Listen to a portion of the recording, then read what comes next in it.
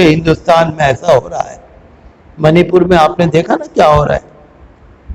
میں تو زیادہ نہیں کہنا چاہتا. میں دیکھ رہا تھا، پڑھ رہا تھا کہ آسام کے جو وزیر اعلیٰ ہیں، آسام کا وزیر اعلیٰ آپ نے تو سنا ہی ہوگا، کبھی مدرسے کو، کبھی مسجد کو، کبھی مسلمان کو، کبھی NRC کو، کبھی شرنارتھیوں کو، کبھی بنگلہ دیشیوں کو. وہ تو بیچارے یہی کرتے رہتے. اپنی نااہلی، اپنی ناکامی چھپانے کے لیے وہ مسلمانوں کا سہارا لے لیتے. مہنگائی بہت ہو گئی، سبزیاں بڑی مہنگی ہو گئی. بھائی سب جگہ آپ سن رہے ہیں ٹماٹر کتنے مہنگے ہو گئے تھے. دہلی میں بھی سبزیاں بڑی مہنگیاں ہیں. تو آسام میں جو سبزیاں مہنگی ہو گئیں تو آسام کے وزیر اعلیٰ نے کیا کہا کہ یہ جو میاں بھائی ہیں نا یہ کر رہے ہیں مہنگی، اور یہ میاں بھائی جو ہیں یہ سبزی آسام کے جو لوگ ہیں آسامی ان کو مہنگی بیچ رہے ہیں. نفرت پھیلا. حالانکہ آپ بتائیے حکومت مہنگائی کم کرنا، زیادہ ہونا، یہ تو حکومت کے کنٹرول کرنے کا کام ہے نا. تو اس نے یہ کہا میں سارے میاں کو کھدیڑ دوں گا، سارے میاں کو کھدیڑ دوں گا جو سبزی بیچنے والے ہیں. یہ نہیں کہہ رہے کہ ہم نے مہنگائی زیادہ کر رکھی. تو نفرت جو پھیلانے کا کام ہے نا وہ برابر چل رہا ہے. لیکن ہمارے سنویدھان میں، ہمارے آئین میں نفرت پھیلانے کی اجازت نہیں ہے. کورٹ میں، سپریم کورٹ میں کہیں اجازت نہیں ہے، ہمارے قانون میں بھی نہیں ہے. بہرحال ہم ان چیزوں کی مذمت کرتے ہیں. آج کل ہو رہا ہے نا، بلڈوزر جو چلتا ہے وہ کیا ہے؟ دین کی راہ میں آزمائش ہے نا. وہ جو پکڑ کے جیل میں ڈال دیا جاتا ہے، جو پکڑ کے ڈنڈے مارے جاتے ہیں، جو موب لنچنگ کری جاتی ہے، کیا ہے وہ؟ اسی وجہ سے تو ہے کہ آپ کا نام محمد اسلام ہے، اسی وجہ سے تو ہے، اور کوئی وجہ تھوڑی ہے اس کی. تو حضرت امام حسین علیہ السلام کا پیغام قیامت تک کے لیے مسلمانوں کے لیے. مسلمانوں میں نا زبردستی لوگ الزام لگا دیتے ہیں، زبردستی جھوٹے جھوٹے الزام لگا دیتے ہیں. اور مسلمان یا مذہب اسلام کسی جرم کے ساتھ نہیں ہے. ملزم کو سزا ملے، قانون کا عمل پورا ہو. ٹھیک ہے، پولیس نے FIR کر دی، پولیس نے FIR کی کاپی دے دی. ملزم کو وقت ملنا چاہیے، وہ وکیل کرے، وہ اپنی صفائی پیش کرے، وہ عدالت میں جائے، الزام ثابت ہو یا نہ ہو کچھ وقت تو ملنا چاہیے. آپ نے سنا ہوگا نا کہ ایک فرقے کو بدنام کرنے کے لیے وہ جین کے اندر ابھی 2 دن پہلے بتایا کہ کوئی وہاں پر مذہبی سواری نکل رہی تھی، تو وہاں سے جب مذہبی سواری نکل رہی تھی تو کسی نے اوپر سے پانی پھینک دیا.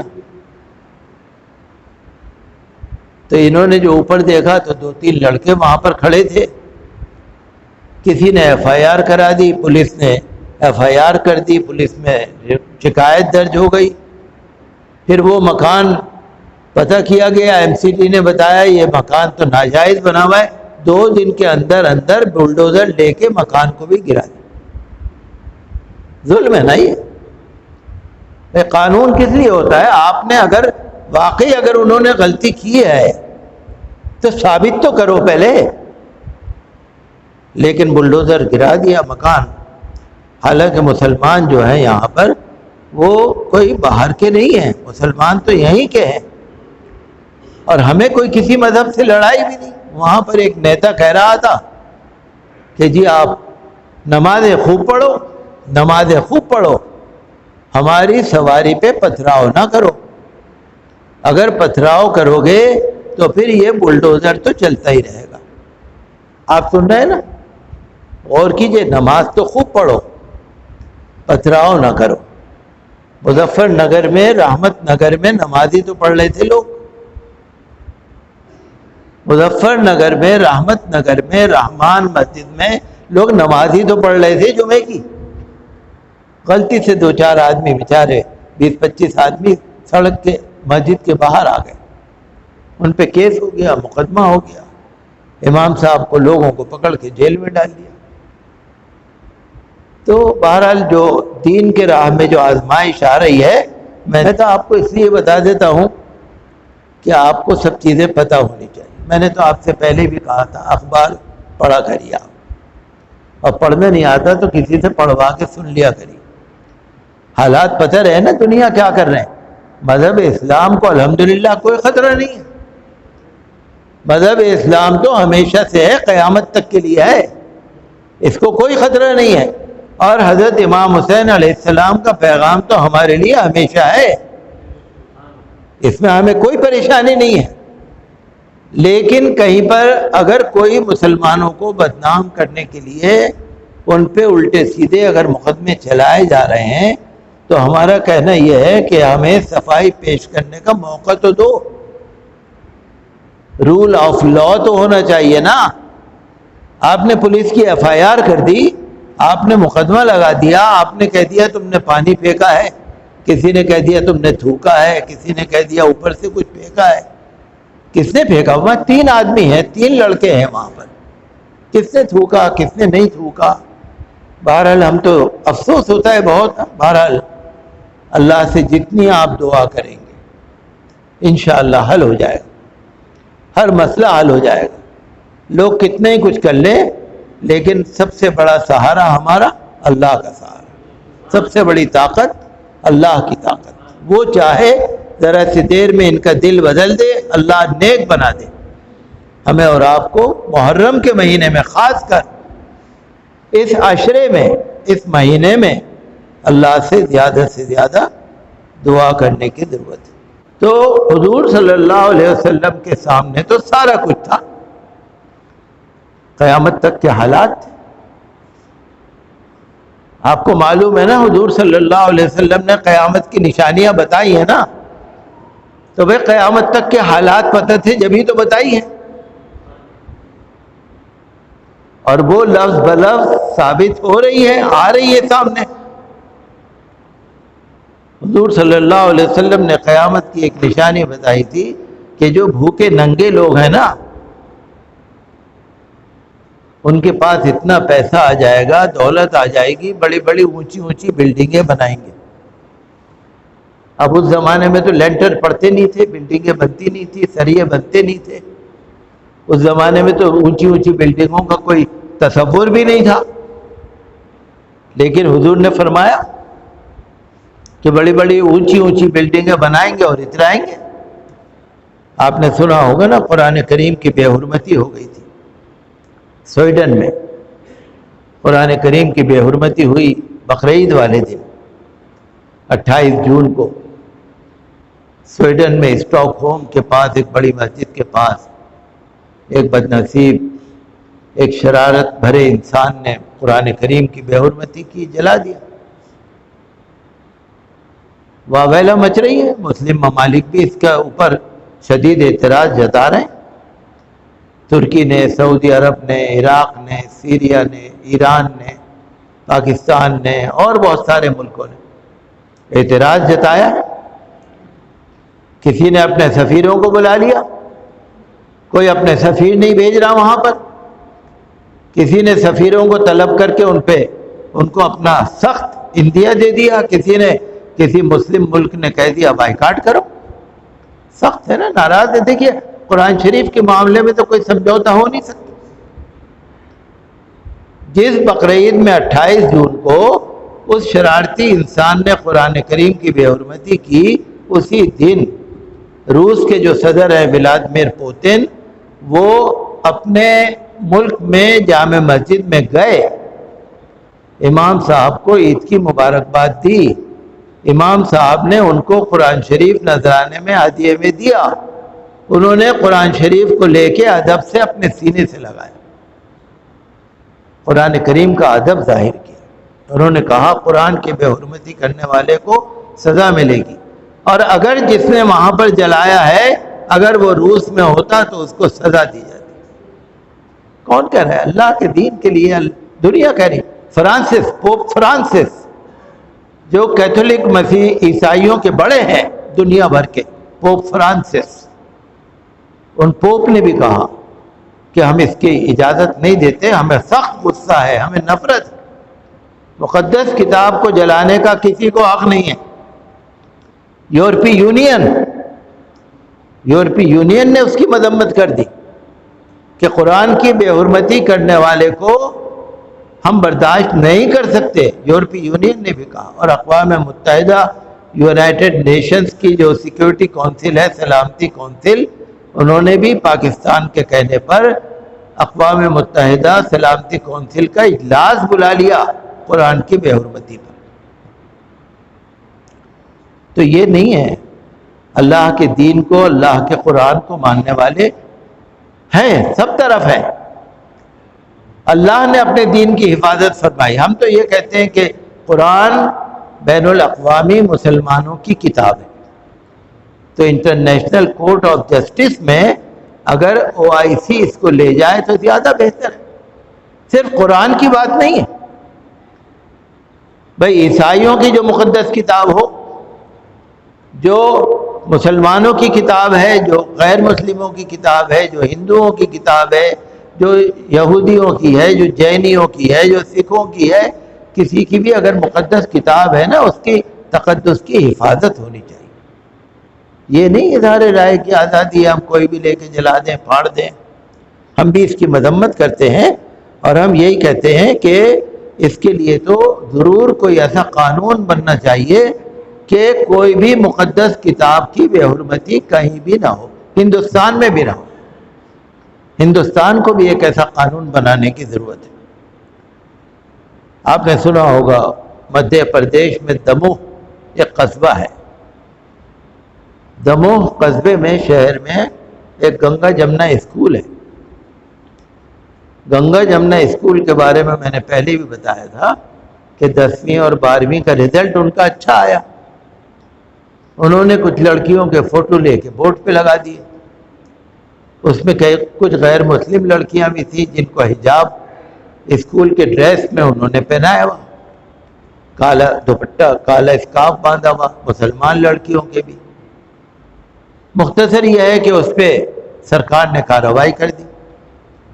یہ کہہ دیا یہ مذہب بدلوانے کی سازش ہے, دھرمانترن. کارروائی کر دی, گرفتاریاں کر لی. اور آپ کو تو معلوم ہی ہے بلڈوزر تو رکھا ہی رہتا ہے, بغیر بلڈوزر کے تو کوئی کام ہی نہیں ہوتا آج کل.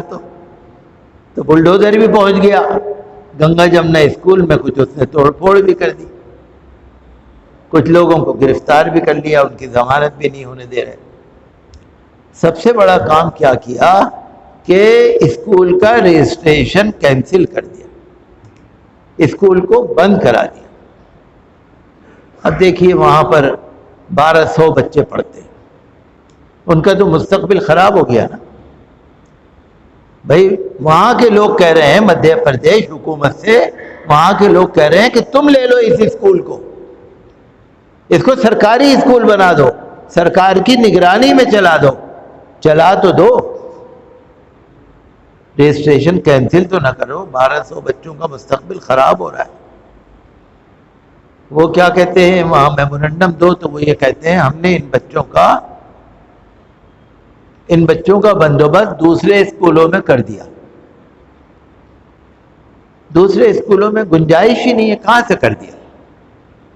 دوسرے اسکول جو ہیں ہندی میڈیم کے ہیں, یہ انگلش میڈیم کا ہے. وہ میمورنڈم دے رہے ہیں, وہ جا کے درخواستیں کر رہے ہیں. جو ایجوکیشن ڈائریکٹریٹ ہے وہ برابر کہہ رہا ہے اس بات کو کہ جی ہم نے تو ان کا بندوبست کہیں اور کر دیا, ہم نے تو بندوبست کہیں اور کر دیا. تو ہم تو سرکار سے یہ اپیل کرتے ہیں کہ بھائی رجسٹریشن آپ بحال کر دو, ان لڑکوں کو اسی جگہ پڑھا لو, وہی ٹیچر پڑھا لیں گے, آپ اپنے کنٹرول میں لے لو, چھوڑو ان لوگوں کو, اپنے کنٹرول میں لے.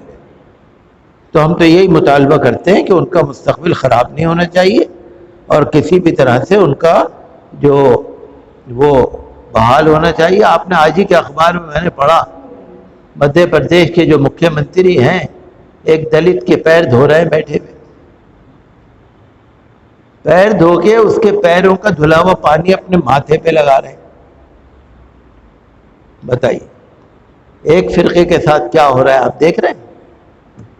ان کے اسکول توڑ دیا, بلڈوزر چلا دیا, ان کے 1200 بچوں کا مستقبل خراب کر دیا, اور ایک دلت کے ساتھ ان کا بس چلے تو اس کو اپنے سر پہ اٹھا کے پھریں.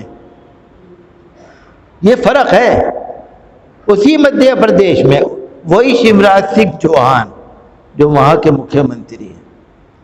افسوس ہوتا ہے نا کہ ایک دلت ہے بیچارہ، اس کو بلایا، اس کی خاطر کری، اس سے گلے ملے، اس کو اپنی جگہ بٹھایا، اس کا حال چال پوچھا خیریت سے ہو، پھر اس کو ناشتہ کرایا، پھر اس کو اپنے ساتھ لے کے گھومتے رہے، پھر اس کے پیر دھوئے اور پیر دھو کے پیروں کا دھوون پانی اپنے ماتھے پہ لگایا. دیکھ رہے ہیں آپ. بہرحال دنیا ہے، چل رہی ہے، ساری چیز ہے. ہم تو یہ کہتے ہیں، دیکھیے آج لوگ کہتے ہیں ایک دیش ایک قانون ہے. ایک قانون ہے یہ؟ آپ بتائیے ایک قانون ہے یہ؟ گنگا جمنا اسکول اور اس دلت کے لیے جو ہو رہا ہے ایک قانون ہے یہ؟ کہتے ہیں ایک قانون، ایک دیش ایک قانون. پھر آگے کہیں گے جھنڈے میں تو ترنگا، یہ 3 کلر کیوں ہیں؟ ایک دیش ایک قانون ایک کلر. پھر ترنگا جھنڈا بھی برا لگنے لگے گا. وہ کہیں گے نہیں نہیں، ایک دیش میں تو ایک ہی کلر کا جھنڈا ہونا چاہیے. بہرحال یہ تو دیکھیے چل رہا ہے سلسلہ. ہم تو یہی کہتے ہیں کہ بھئی اللہ کا دیے ہوئے دیکھو، ہم بھی کھا رہے ہیں، آپ بھی کھا رہے ہیں. کسی کی مذہبی کتاب سے چھیڑ چھاڑ نہیں ہونی چاہیے. ہم قرآن کی یا اپنے مسلمانوں کی بات نہیں کر رہے. سکھ دھرم کی جو کتاب ہے، عیسائیوں کی جو کتاب ہے، ہمارے ہندو بھائیوں کی جو کتاب ہے، جینیوں کی جو کتاب ہے، جو مقدس کتاب ہے، اس کے جو آدیش ہیں، جو اس کے حکم ہیں، ان پہ عمل ہونا چاہیے. اور ہم یہ درخواست کرتے ہیں کہ ٹھیک ہے، اچھا ہے یا برا ہے آپ جانو. اگر مسلمان قرآن پر عمل کر رہے ہیں، قرآن کے حکم پر عمل کر رہے ہیں، حدیث شریف کے حکم پر عمل کر رہے ہیں، تو کسی کو کیا اعتراض؟ اور جو مسلمان قرآن کے حکم سے مطمئن نہیں ہے تو جہاں جی چاہے وہاں چلے جائے. یہ کیوں کہتے ہیں قرآن میں بدل دو؟ بھائی آپ کو دوسرا اچھا لگتا ہے کوئی وہاں چلے جاؤ، گھر بدل لو، آبادی بدل لو، اپارٹمنٹ بدل لو، چلے جاؤ وہاں پر جو آپ کو اچھا لگ رہا ہے.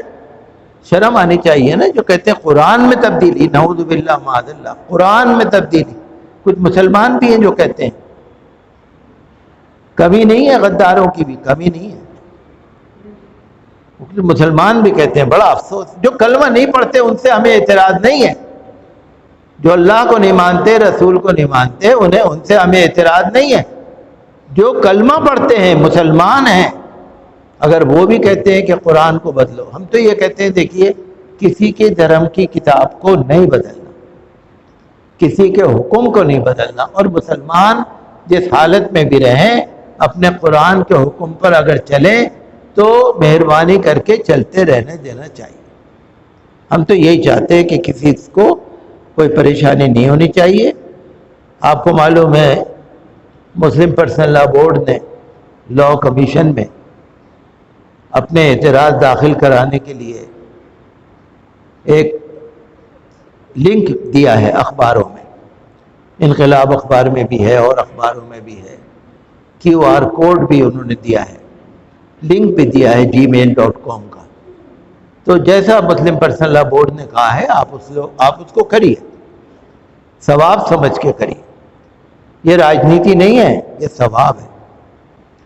اگر آپ اپنے اللہ کے لیے بول رہے ہیں، اپنے قرآن کے لیے بول رہے ہیں، اپنے حدیث کے لیے بول رہے ہیں، یہ سیاست نہیں ہے، یہ ثواب کا کام ہے. آگے کیا ہوگا وہ تو اللہ کو معلوم ہے، ہمیں نہیں پتا.